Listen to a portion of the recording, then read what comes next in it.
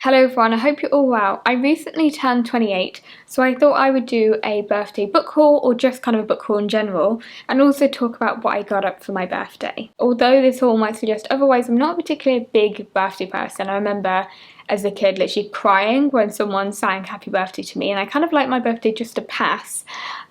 So no parties, no cake, none of that. In fact, no parties in general is a pretty good rule for me.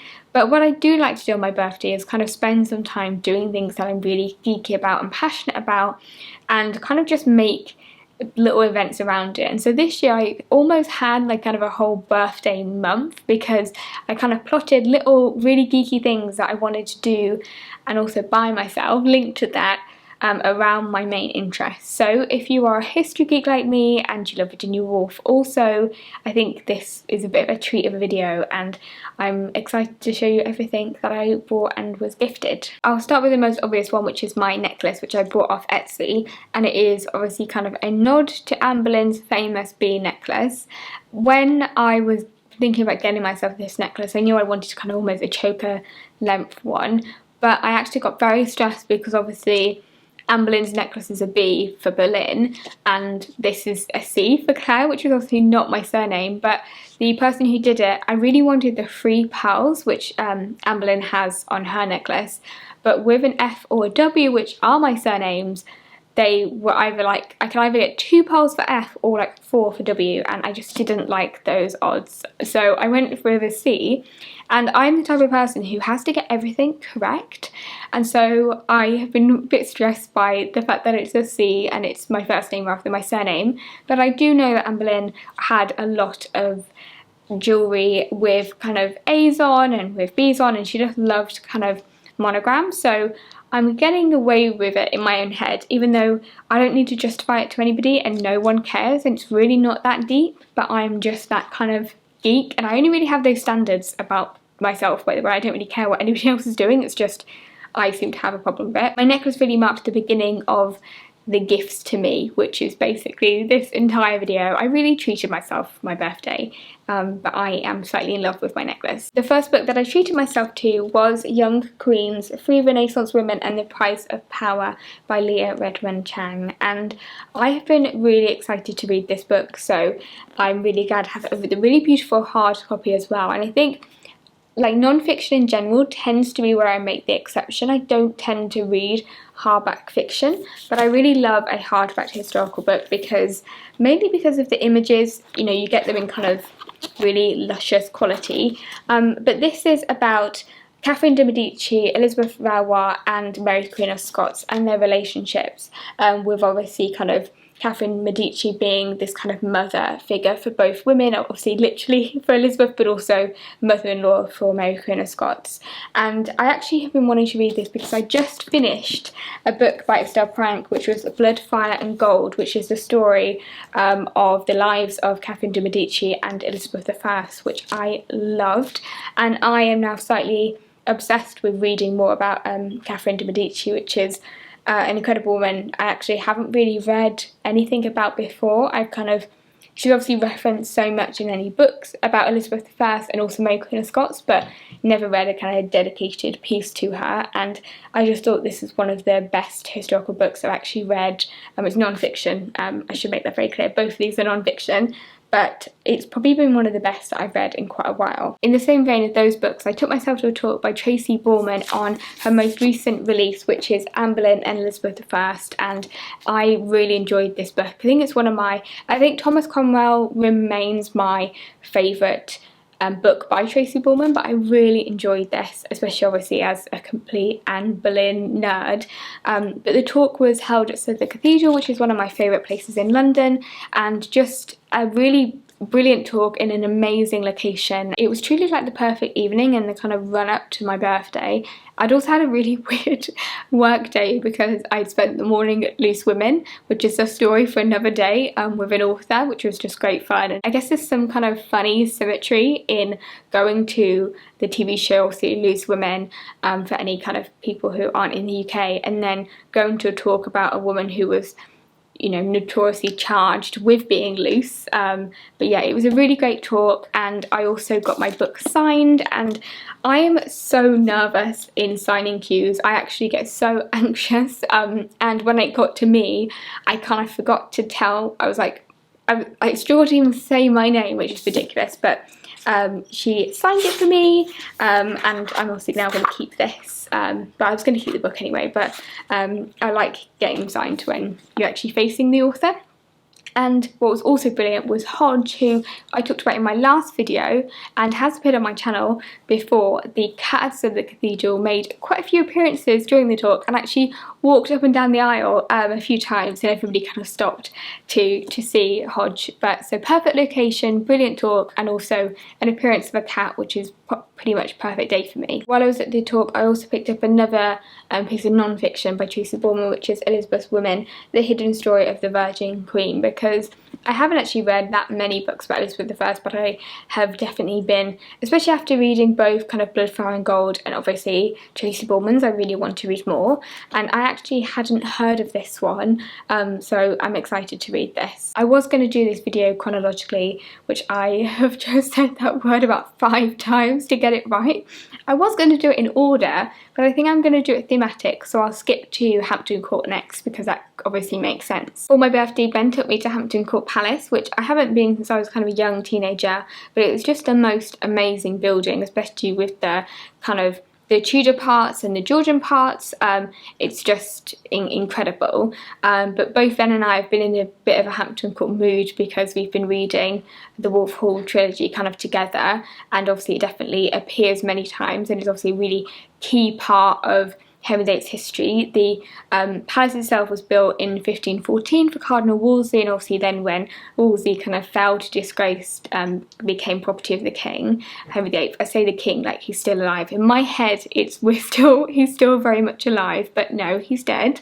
Sorry for the spoilers, but we had a brilliant day. We did definitely choose the wrong day because it was constant rain, and there were about 49 school trips, but it is just the most amazing building, I think, because you have those separate parts. So you have kind of King William III's sections when he was kind of remodelling it and doing a lot of work on it in like the 1690s, and you know, a lot of it is very kind of Hanoverian with the George I and George II, which I found really fascinating this time because I'm kind of being really interested in the Hanoverians at the moment, which I'll speak about later.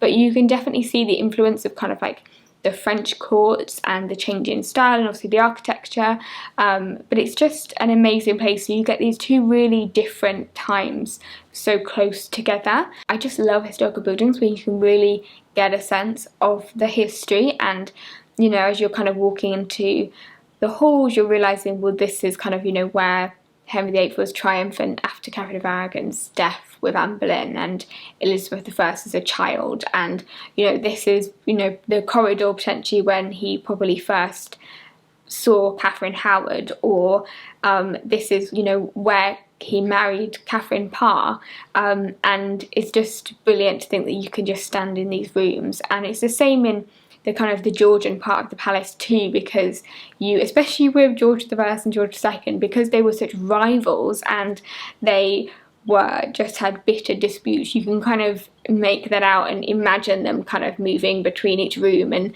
having arguments, you know, even if one was in Germany. But it is a remarkable place, and the gardens as well are really beautiful. One thing I'll also say about Hampton Court Palace is their audio tour was brilliant. I love a well-crafted audio tour, and this one was by Tracy Borman. It had Lucy Worsley in, as well as other kind of creators and historians, and it was just so well done. And I think when they get an audio tour right, it really adds to the experience. And there was a part of it actually when we were going around King William's, a few of his rooms, we'd accidentally kind of handed our audio tour in a bit too early, and I actually felt at a loss for not having an audio tour, and that's how you know that they did it so well. So if you do go to Hampton Court Palace, even if you know the history of it, I would still recommend getting a tour because it really adds to the experience. Another reason I really wanted to go was, of course, the gift shop, because historic royal palaces, I genuinely think, have some of the best gift shops in terms of knickknacks, books, the whole thing. And I'll start off with the book because this is a book I've been wanting to read since I was a little girl, basically, and I don't know why it's taken me this long, but it is The Life and Death of Anne Boleyn by Eric Ives, and this is the biography of Anne Boleyn. It is one of the most foundational studies of her, and historians constantly go back to Eric Ives as really a starting point. He did so much work on the sources and just brilliant man. So I have been wanting to read this, and I think because I knew it is in a way like the definitive, I have put off reading it, and it is really interesting to see, I think, how a lot of kind of scholars and historians now, so much of the arguments are often with Ives, and so this is kind of brought up in a lot of books that I've read, and you know, they will actively either disagree or kind of agree with Eric Ives. So I'm excited to have my own opinion, but this book, I think, has been published. This is a second publication of this book, so it is kind of getting on a little bit, but remains still one of the most important pieces in kind of Tudor study and publishing, really. So I cannot wait. I then bought two decorations, I believe by St Nicholas. I think they are both by St Nicholas, but you will recognise these if you've been to any historic or kind of museum in England. They're pretty much everywhere, and I have started to collect them. I've got quite a few now because Ben and I have never had a Christmas tree together. We've been together like over 7 years and we've never had one, so we need to one day get a Christmas tree. And because when you're a couple and you, like, I haven't inherited any Christmas decorations, I am kind of making my own collection, and I decided, because we do go to a lot of places where they sell these, that every time we go I'll get one. But in this case, because they were also good, I had to get both of them. So I also got a Tudor rose, which is really kind of like ornate and very blinged up, but I really think it's beautiful. But obviously the key one here is the bee, which comes with its own little set of pearls instead of a string. I love it. We're really going to have just like the geekiest Christmas tree. And while I remember, when I got my necklace, I said to Ben that I was disappointed that I hadn't thought of getting it for the wedding because I could have worn it on my wedding day. And Ben reminded me that actually getting a necklace that is kind of inspired by someone whose husband killed her is probably not the best kind of way to start a marriage. But I completely forgot about that bit and just went straight for the jewellery. But yeah, so a bee necklace and a really beautiful Tudor rose. Linking perfectly to the Georgian part of Hampton Court Palace, I took myself off to an exhibition at the Queen's Gallery at Buckingham Palace, which I've never been to before, but I loved it as kind of an exhibition space. And I saw Style and Society dressing the Georgians, which, as you probably all know by now, that is very much kind of like an era that I'm really passionate about. I did my MA on the 18th century and I did courses and modules on fashion and material culture, so this is very much my jam. When I was studying the long 18th century, there was an ongoing joke between Ben and I that my long 18th century, which starts kind of just after the Glorious Revolution, it's still going. It's still very much the 18th century in my mind, and so whenever we would kind of be out and about and see something kind of like modern history, Ben would be like, the 18th century, and he is correct. The 18th century is still very much ongoing. Just like Hampton Court, the exhibition also had a really well crafted audio tour, which I think, especially with art, really adds to it. And you know, you can only get so much by kind of reading little plaques, especially when, you know, you're looking at something particular in those pieces of art. And it really added to the experience because it was kind of in conversation with the other pieces in the exhibition, and you can kind of get a sense of like the movement of history, of the changing politics, and you know, influences from, you know, Europe, but also kind of from Turkey, and just so much of, you know, the impact of the empire and colonialisation, and kind of putting it in that historical context was really important. Fashion and material culture is really a snapshot of a time, and you can really see how the times change, but it's also as well a really intimate history of someone. So when you're seeing kind of Queen Charlotte's keeper ring, and you know, you're seeing her personal things made out of old dresses, you can't help but feeling very connected to that person, and I think it definitely brings a level of humanity back to history. One thing I always love, especially when I get myself ready and, you know, I put on blush and, you know, I use like dry shampoo, and you realise that actually in the 18th century women were obviously, and men were also, you know, powdering their hair and were applying makeup in a not too dissimilar way. And I think especially as a woman it kind of makes me feel connected to all the women who have gone before, and I just love it. I find it really fascinating. As expected, one of the figures the exhibition keeps going back to is Queen Charlotte, the wife of King George III, who she became queen the year after his accession to the throne in 1760. And I know obviously at the moment with Bridgerton there's a lot of kind of interest around her, and I know actually quite little about them, and I've been really getting interested in kind of the Hanoverians in general. So this for me was just a brilliant exhibition to go to, because it kind of opened them up for me to examine.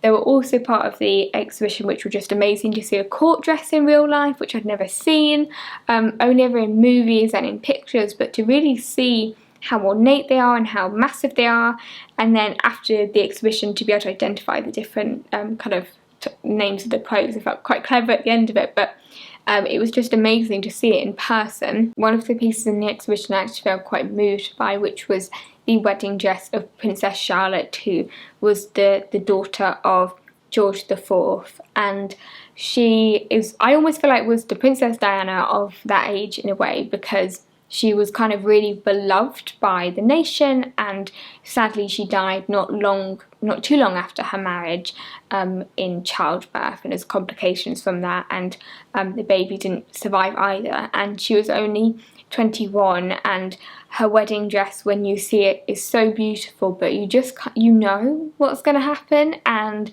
it is small, and I don't know, it just kind of felt like a really moving piece to behold, which might just be because I'm way too invested in all of these people's lives who died years and years and years and years ago. But I was just really moved by seeing her wedding dress. Her husband Leopold, I think, from what we know, they had a happy beginning of a marriage together, and it just, you know, wedding dress often symbolises, and I know in you know, kind of royal weddings, it was often different historically, but a wedding symbolises a new beginning and something to look forward to and a fresh start or something joyful, and it just feels really sad because her death is obviously connected really to her marriage, and it just, yeah, so it was all slightly kind of ghostly there, kind of glistening in this little glass box. After the exhibition, I then took myself to the National Portrait Gallery, which was only recently reopened. It's the second time I've been there now since it opened at the end of June. It's probably one of my favourite places in London to go, and I went there because I'd just been to this exhibition with so many of these people, especially kind of members of the royal family, that I wanted to go and see them again and see them in different portraits, including Queen Charlotte. But when I was there, there was a portrait of Princess Charlotte in a maternity gown, which, as you can imagine, just pushed me over the edge. So tears may have been had in the National Portrait Gallery over a dead royal princess. So that wasn't awkward at all for anybody else in the gallery. But yeah, for whatever reason, got very emotionally invested. I bought a few things inspired by the exhibition and also my then trip to the National Portrait Gallery. The first one I actually bought at the Queen's Gallery, which is this really beautiful decoration of a little teacup, which is by the same people who did the Tudor Rose, so another one to add to my collection. This wasn't like an official Style and Society one, but I felt it was perfect. When I went to the National Portrait Gallery after the exhibition, I was really recreating so many birthdays I had as a little girl when my mum would bring me down to London and I would go to the National Portrait Gallery just to go and see the Tudors, and the highlight would be seeing Anne Boleyn. So I had to do that as a nod to my young self, especially because I was wearing my necklace and it just felt perfect, it felt right. And when I was at the National Portrait Gallery, I treated myself to the Royal Wardrobe by Rosie Harte, which is obviously perfect for my day's activities. Rosie Harte is a fashion historian and a TikTok content creator who I really enjoy watching, so I know I will enjoy this. And just a brilliant portrait of Princess Margaret on the front as well, which is like the perfect choice. The book starts with the Tudors, which in my opinion is always the perfect place to start, and ends with the current monarchy, because actually I realised this is the first book that I bought that actually has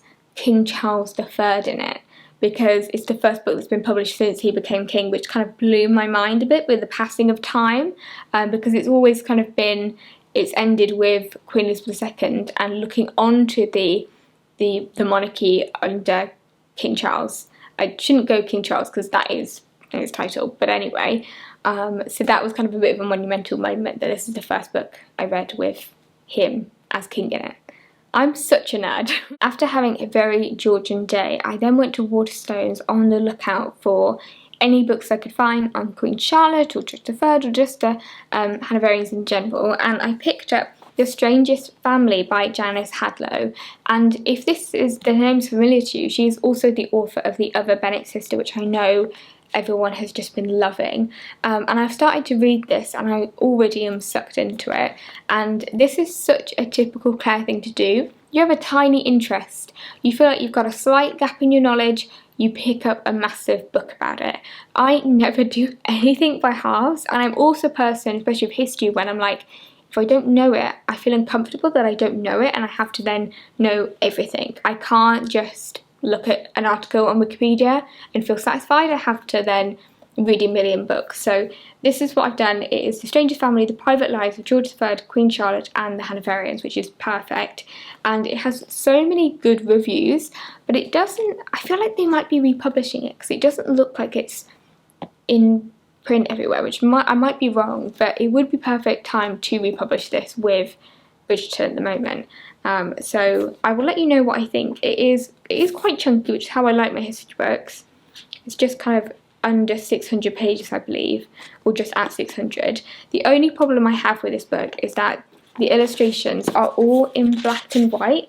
They're in the centre, which is annoying actually when it's just they're in black and white and it hasn't got a proper kind of insert, because then they're really hard to find, and they're all in black and white, which is just the way I prefer my pictures in history books is actually kind of amongst the text as you're going along, or in centres with big colour pictures. So this is really disappointing.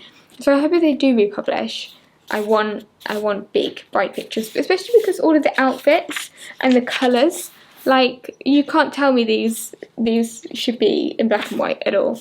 But quite a few of these pictures were at the exhibition or are in the National Portrait Gallery. So it's really cool. In this video I also have to have a little bag moment because Satchel's very kindly gifted me a bag for my birthday. I've spoken about my love for Satchel's before, and I do have a discount code which I was overjoyed because people have been using it, which I've never had a discount before. And I should say that that discount, for example, this bag was gifted to me, but that discount, it wasn't like an affiliate thing really. I just wanted to share because I bought like 4 of those bags with my own money and I just really love them, and so they gifted me this one. This is a new design that they have, which is a twist lock, which I do have another one that I bought myself, and I asked for a black one because they asked me which colour I wanted, and I thought you can't go wrong with just a classic black bag because I don't tend to do kind of classic colours. I thought it's probably good to have one that goes with everything, and black always does.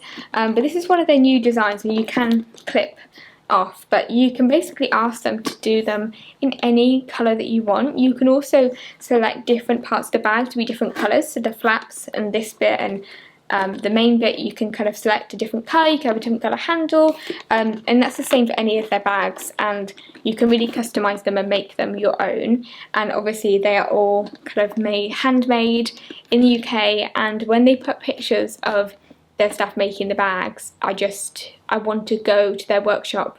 I am imagining it like some kind of Santa's grotto, which I'm aware it is not, but I'm really happy and glad and feel very grateful that they gifted me this one, because I have spent so much money on their bags. In fact, I will now show you. The reason I asked for the black twist up bag was because I think my favourite bag of theirs now is this one, which is the twist lock bag in red, and it is beautiful. And I bought this from their York shop, and they very kindly gifted me a little keyring that says York on it.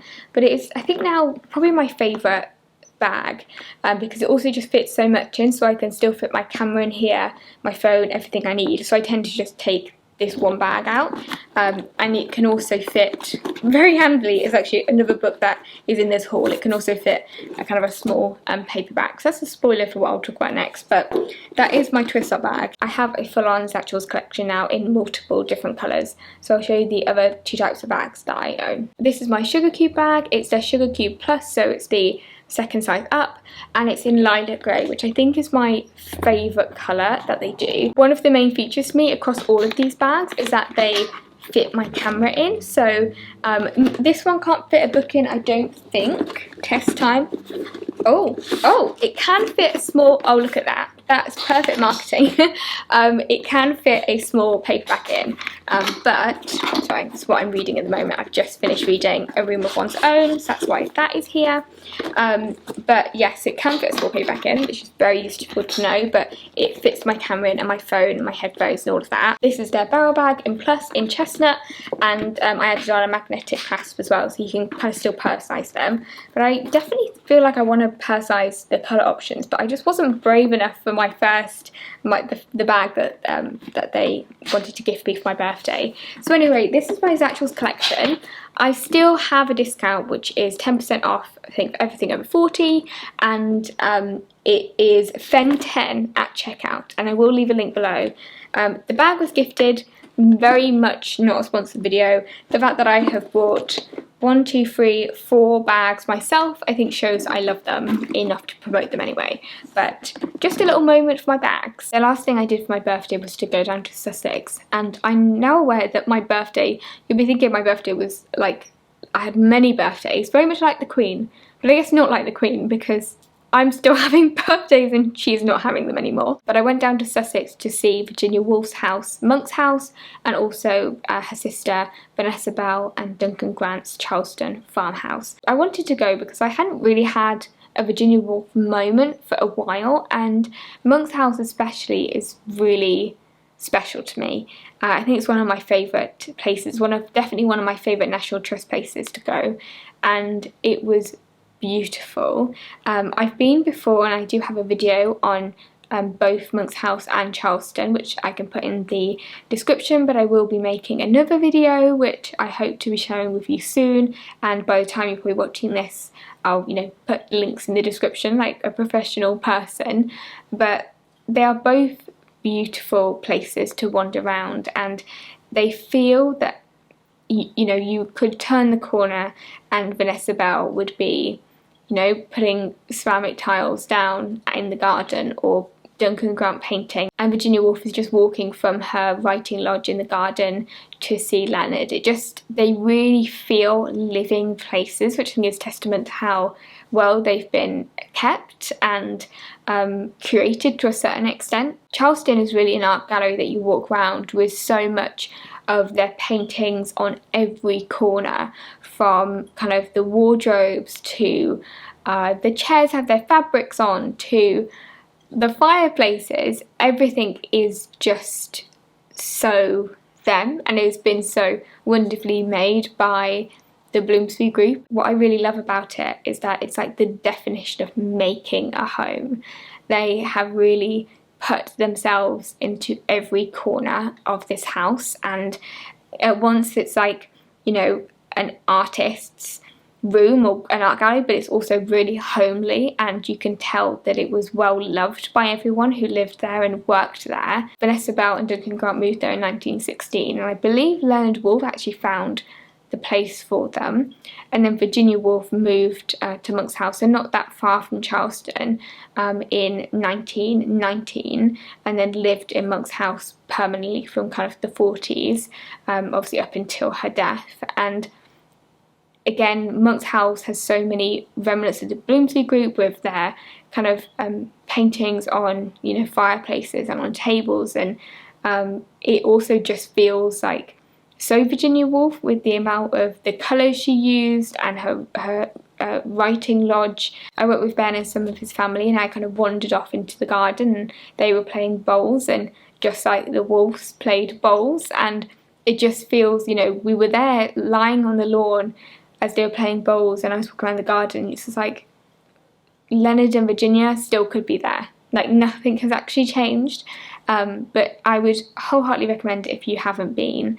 It is a beautiful place to spend a day, and you feel her novels are alive, especially like her later novels, like Between the Acts is very much of kind of that area, and, you know, her diaries and letters, you know, are so full of Monk's House and also Charleston that you feel like she could just be around the corner, which is something very special and very rare, I think, to have that experience with a writer who obviously died before I was born, and yeah, it's always so special. Now onto what I bought, and you can't go to Charleston without buying some art, so I picked up this print of a cat by Duncan Grant because, as I said in my last video, both Ben and I are collecting portraits, paintings, everything of cats, so one day we can have a cat gallery, and this is the perfect addition to my little gallery. Ben's mum and dad also very kindly gifted me this beautiful Bloomsbury notebook, which is just stunning, and it feels too nice to write in it, so please give me some ideas what I can actually write in this, because otherwise I'll just keep it forever. Maybe I will keep it forever just on my writing desk, just like Virginia Woolf, but I love it. I then picked up this really lovely collection of Virginia Woolf and Vita Sackville West's love letters, which has been a collection I've been wanting to buy for a while, and I've read quite a few collections of her letters, but never one specifically just her love letters, and Virginia Woolf is a brilliant letter writer, and I know these are going to be really moving and fun to read as well. I also bought the Selected Diaries of Virginia Woolf. This is a vintage classics edition, and I, as you can see from my tabs, have been really enjoying it. I read a writer's diary when I was writing my undergraduate dissertation that I did on Mrs. Dalloway, To the Lighthouse and the Waves, and so I read a lot of her kind of letters and diaries, but only of a writer's diary, and this has been so enjoyable. I think if you were new to Virginia Woolf, I always suggest A Room of One's Own, which actually I've just finished rereading, and it's amazing, but I would also recommend her diaries, which I know is a really odd one maybe if you're new to a writer, but her diaries are just so full of life, and they're funny, and just a perfect diarist, so I would recommend. And if you're a Virginia Woolf fan and you haven't read her diaries, please pick them up.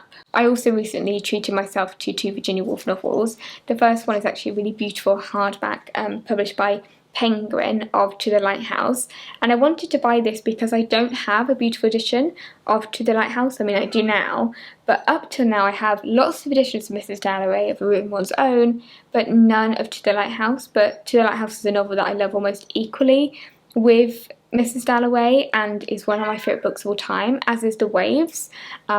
But when I saw this, I knew I had to have it, and I'm actually currently rereading To the Lighthouse and remembering just how masterful that book is. Now, last but not least, I picked up the Virginia Woolf novel I have not yet read, which is The Voyage Out, and I'd be really interested to know if you have read this, because I haven't heard anybody really speak about it.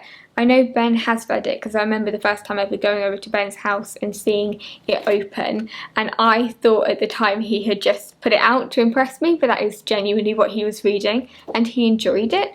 But I haven't heard much fuss about it, but because it's her first novel, I want it to be my last novel. Not my last novel. I'm not gonna die. Fingers crossed. But I think I've left it for last. I don't know why I've left it actually, but now I will read it, and I'm looking forward to reading it. I've just realised I've forgotten one of the best birthday gifts I've ever received. Ariel sent me this because she saw it in her local grocery store in Canada, and it is Evelyn Antony's Anne Boleyn, so like a 1960s historical novel that she just happened to see and she knew it would be perfect for me. One thing that is so funny about this is because I opened it up and saw that Ariel had signed it, which Ariel normally does when she gifts books and things, which I love. Evelyn Antony has also signed it, but I love that Ariel's is bigger because we didn't realise that was actually the author at the top. But one thing I find so fascinating and why I love books in general is this book, the author lives in South London, obviously as do I, or did live, and so this novel will have been like written in South London about Anne Boleyn and has made its way to being obviously published in America, and then has made its way to a grocery store in Canada, which is just magical. I also love the fact that on the back it says All England named her Henry's whore, which I personally love. But I've actually like read a few of the pages and it's actually a kind of a cracking historical novel, so I will read and enjoy this. But I love that Ariel saw it and thought she has to send it to me, so it's probably one of the most thoughtful but also just the funniest gift I've received for a really long time. So thank you, Ariel. But anyway, I will finish this video because we've all been here for a while. I really feel like filming this video took me up to the age of 29, like aged me, because how many things I had to feature or talk about. But I had a lovely time and I hope that you enjoyed listening to what I got up to and you've taken some inspiration for things to do or for things to read. But that is my birthday book haul, so I'm looking forward to next year. Next year's going to have to really, I've got to get my plans in for my birthday already because this year has been pretty amazing. But thank you for watching, and if you're at the end of this video with me, you have to leave a book emoji, obviously, for my birthday. And no balloons, because I think I mentioned this last year, but I have a phobia of balloons, so please no balloons. But yes, I will see you very soon in another video.